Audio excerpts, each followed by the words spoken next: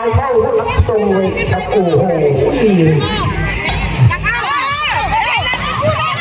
มีสักตัวโอ้โหเกือบเป็นประตูเหมือนกันเลยสวัสดิ์ครับสุ่มซ้อมนะครับในปีที่สาม2568ปีนี้ในชิงที่3กับโตโน่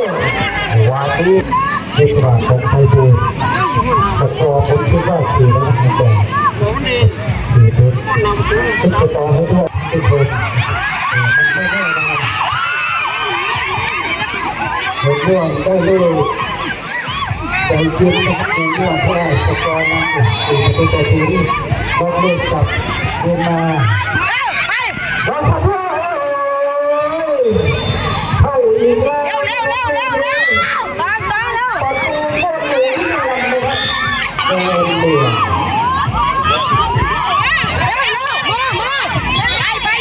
ช่วยกัน